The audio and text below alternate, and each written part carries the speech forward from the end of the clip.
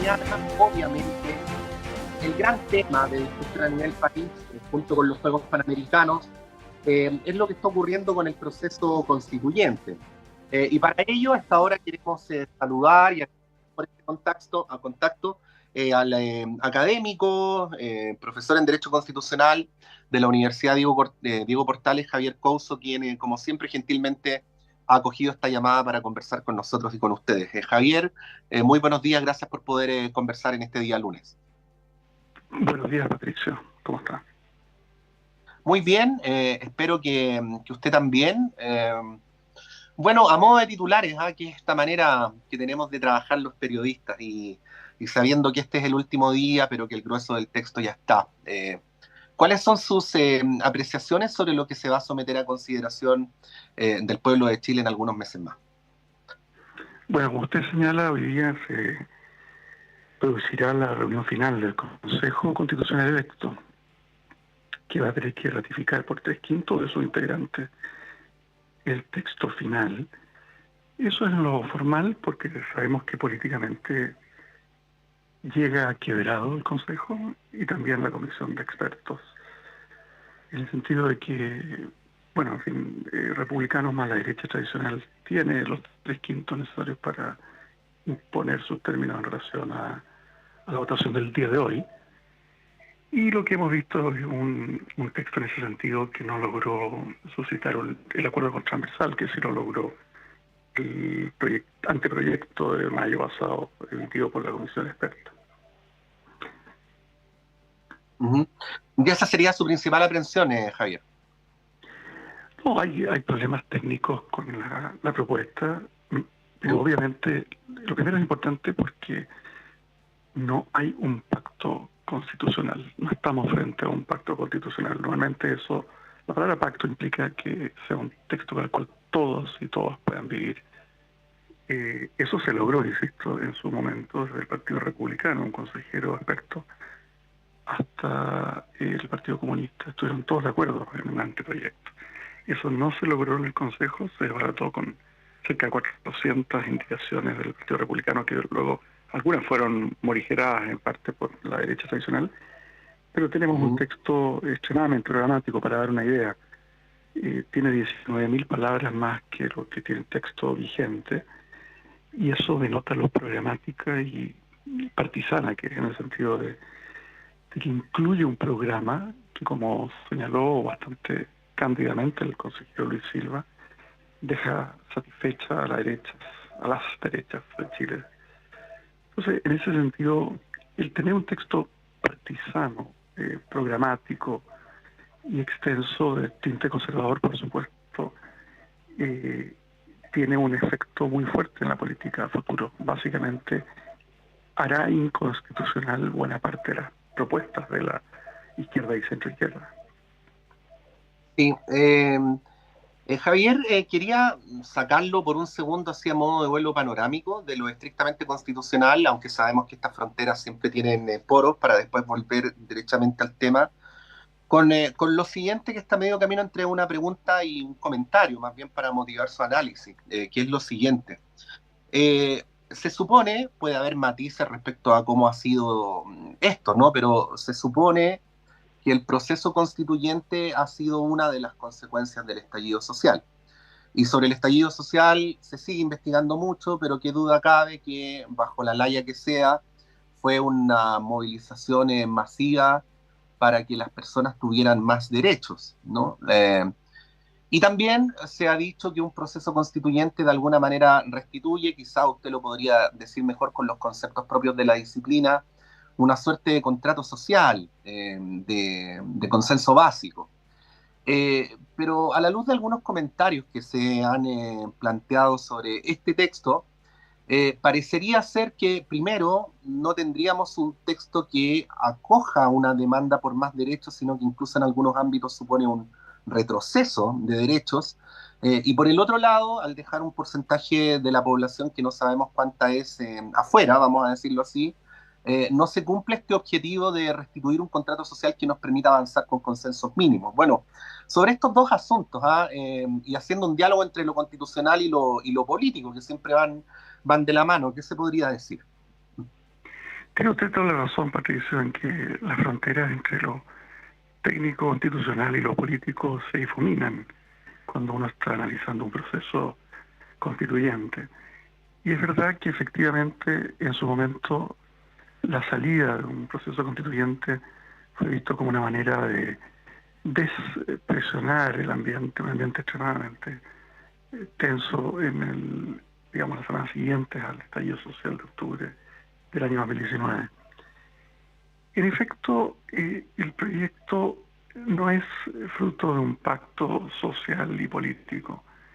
Finalmente, por dinámicas electorales de este segundo intento, terminó siendo un proyecto, digamos, que tiene algo de publicidad engañosa, me explico.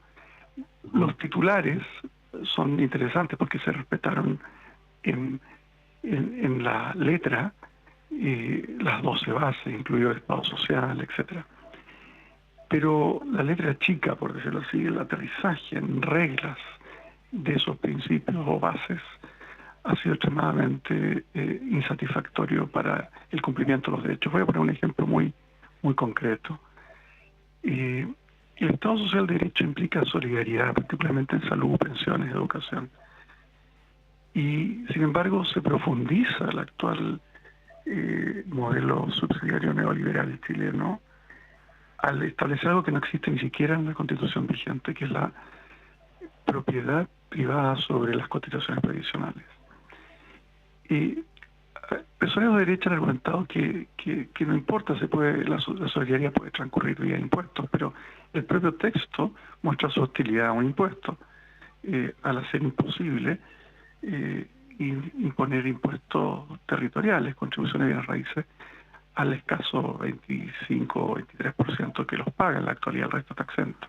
Ahora deja exento a todo el mundo, excepto, dice, propiedades de alto avalúo, lo que no especifica, no establece con rigor qué es un alto avalúo. Entonces, lo que tenemos es un texto constitucional que es contradictorio finalmente. Y la contradicción típicamente asociada al litigio. Lo va a llenar un juez o un tribunal constitucional que incidentalmente, luego que la comisión experta unánimemente le había quitado el rol de tercera cámara, ahora fue repuesto por el Consejo y quedó en el texto que se va a someter a plebiscito en diciembre. Entonces, tenemos un texto que la letra contiene muchos, digamos, derechos, pero en la bajada de las reglas que establece no otorga los instrumentos para materializarlo, más allá de que vamos a ver las semanas que vienen cuando se inicie el proceso de propaganda electoral.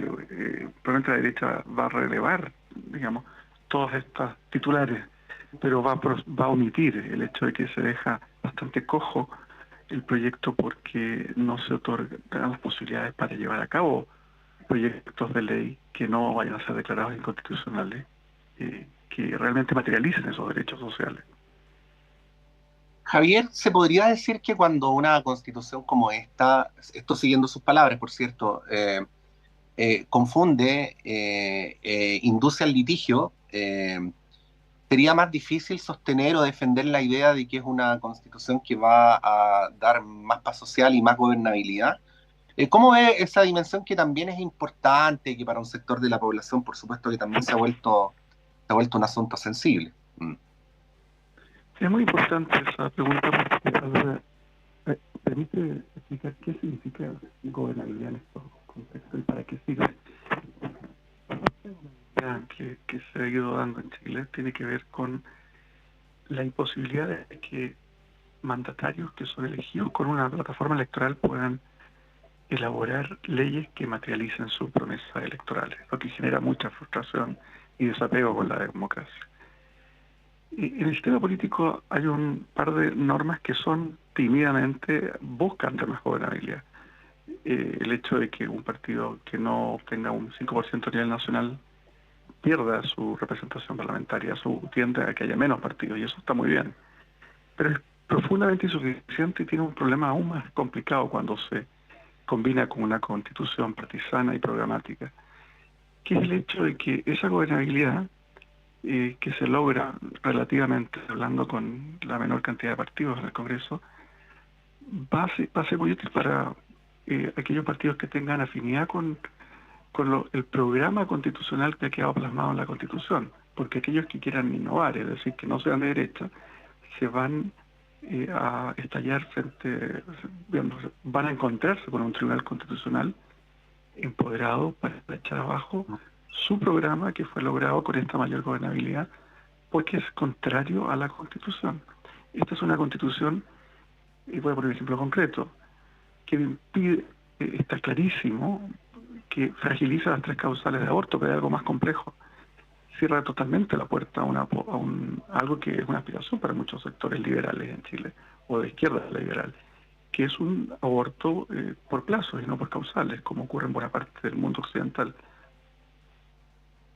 y que sería claramente declarado inconstitucional con este texto. Estamos conversando a esta hora de la mañana con el profesor Javier Couso, experto en Derecho Constitucional, académico de la Universidad Diego Portales. Javier, bueno, nos encontramos con una circunstancia que es bien particular. Se van a iniciar en los próximos días las campañas, y a la luz de lo que hemos conversado esta mañana, indudablemente hay que ir en la dirección de una interpretación. Y yo le quería preguntar, y esto también es más analítico que estrictamente constitucional, ¿ah? ¿Por qué parecería ser que nuestras dirigencias, ya sean las electas para el proceso anterior, como estas, ya sea desde el Parlamento, con el comité de expertos o en la actual composición del Consejo, parecen no haber logrado comprender esta dimensión más profunda que usted ha mencionado en algunos momentos de esta entrevista respecto a para qué se hace una constitución? Subyace una idea, que no sé si usted la comparte, yo simplemente la explicito, de que una constitución necesariamente requiere una mirada de largo plazo, pero parecería ser que los actores con capacidad de decisión están más pensando en la próxima elección que en los próximos 5, 10, 15, 20 años. Bueno, su mirada a ese respecto, bueno, entendiendo además que no es habitual que una generación de dirigentes políticos les toque el dilema constitucional, pero bueno, así ha sido y en esa perspectiva quería pedirle esa apreciación. Si uno mira esto desde el punto de vista panorámico, es inevitable remitirse al Partido Republicano.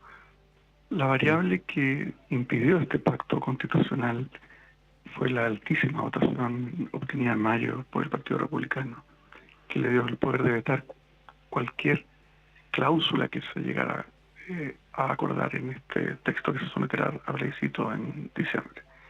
Hasta entonces vimos una derecha tradicional que dominó la comisión experta, que solo un representante republicano de 24 en la comisión experta. La derecha tradicional que tenía más ese republicano, la mitad de esa comisión, en ese equilibrio de fuerzas fue capaz de negociar un texto con el cual todos los sectores políticos podían convivir. Buena parte de esa derecha, en su juicio, capituló ante un partido republicano que, por el contrario, vio esto en el proceso constituyente, que nunca quisieron, y fueron claros en eso, una oportunidad de dejar estampado en piedra algunos de sus valores legítimos, por cierto, pero partisanos. Entonces, en ese sentido, efectivamente, este proyecto, lamentablemente, a mi juicio, como posible nuevo contrato social, se vino abajo una vez que intervino la hegemonía del Partido Republicano. No es tan raro que siendo un partido joven, en ese sentido con menos experiencia que la derecha tradicional y el resto de los partidos, pero sobre todo un partido con un discurso muy anti-establishment, digamos, partidos tradicionales. Entonces ellos quisieron dejar su marca. Yo creo que en el sentido, como he dicho en otra oportunidad, el consejero Luis Silva hay que agradecerle lo honesto que ha sido. Él llegó diciendo que si se tenía mayoría, porque había que escuchar a la minoría. Ese fue su discurso en mayo. Y cierra el círculo diciendo la semana pasada que este es un texto que acomoda más a la derecha y a la centro-derecha. Entonces, me parece que ahí hubo miopía por parte republicano y ahora está en riesgo la ratificación, o en el mejor de los casos tendríamos una aprobación de un texto con un margen muy mínimo y un país que está dividido en torno a algo que debiera unirnos, que es la Constitución. Sí, finalizo con esto, Javier. Luego del aislamiento que tuvo Chile en dictadura, el país transformó en una política de Estado la apertura internacional. En el ámbito económico, qué duda cabe, somos una de las economías más abiertas del mundo. E incluso nuestro país ha hecho de esa apertura internacional una suerte de pilar de autoestima, ¿no? Y uno esperaría que así como en lo económico ocurre, también ocurra en la evolución del derecho internacional, de las disposiciones internacionales, y que una constitución que se escribe 43 años después que una escrita en dictadura esté mejor adecuada a ese estándar internacional en derechos humanos, en fin, en lo que el debate internacional consagra como lo contemporáneo. ¿Cómo ve a esta propuesta de constitución en relación con esto otro? Y obviamente esta no es una pregunta neutra ni cándida, en el sentido que el propio José Antonio Kast ha señalado, y lo cito casi textual, de que esta constitución impide el avance de lo que él llamó la Agenda Globalista 2030, ¿no? Que es la Agenda de Naciones Unidas. Sí, a ver, es importante distinguir lo que va a ser en las próximas semanas la retórica electoralista de lo que el texto contiene. Los sectores empresariales se han apresurado a apoyar este texto porque no innova en materia económica. No va a haber nada que en el texto que sea contrario a sus intereses. Más bien diríamos que los sectores que, como mencionaba, no van a tener que pagar impuestos territorial por su primera vivienda son grupos bastante acomodados en Chile. Pero la Constitución en realidad no es claro que ni siquiera haga lo que Kast está enarbolando. No es claro que este proyecto sea contrario a la agenda de Naciones Unidas. Hay un tono conservador, sí, en algunas normas específicas, pero esto va incluso son mucho más conservadores de que lo que la agenda ONU, digamos, 2030 plantea. Les voy a poner un ejemplo. Chile ratificó la Convención de los Derechos del Niño, que supone una autonomía progresiva a las niñas, niños y adolescentes. Pero esta Constitución contraría eso, a establecer que los padres o tutores legales tendrán prioridad en la determinación del interés superior de los niños, niñas y adolescentes. El efecto de esto es que, por ejemplo, una mujer niña, adolescente de 17 años que haya sido víctima de una violación por parte de la pareja de su madre, por ejemplo, no va a poder invocar esta causa si no está de acuerdo su madre. O un niño hemofílico cuyos padres adhieren a una religión que considera que es un pecado una transfusión, no va a poder acceder, aunque él quiera y no profese esa religión a los 17 años, acceder a ese tratamiento ni aún con el consentimiento del juez, porque la Constitución va a determinar que son los padres o tutores legales los que tendrán prioridad en determinar el interés superior del niño. Como se ve, esto es algo que es aún más regresivo que la Agenda 2030. En realidad vamos a ver mucho un discurso nacionalista, como el que usted menciona por parte de Kast y otros, pero este texto tiene un tono conservador que va, digamos, retrocede aún más que el estado actual, ni siquiera es que se refiere a la Agenda 2030, el texto constitucional. Profesor Javier Couso, como siempre, le queremos agradecer por esta conversación. Que tenga una buena semana. Muchas gracias, Patricio. Bueno, para usted. Ahí estaba nuestro entrevistado, profesor en Derecho Constitucional, dando su apreciación sobre este texto que ya vamos a tener en su versión final, pero que ya está, y que hoy tiene el último día de votaciones para efectos de aquello que les menciono. Así es que también va a ser objeto de nuestra conversación en el panel. Vamos a ir a un breve alto cuando son las 8.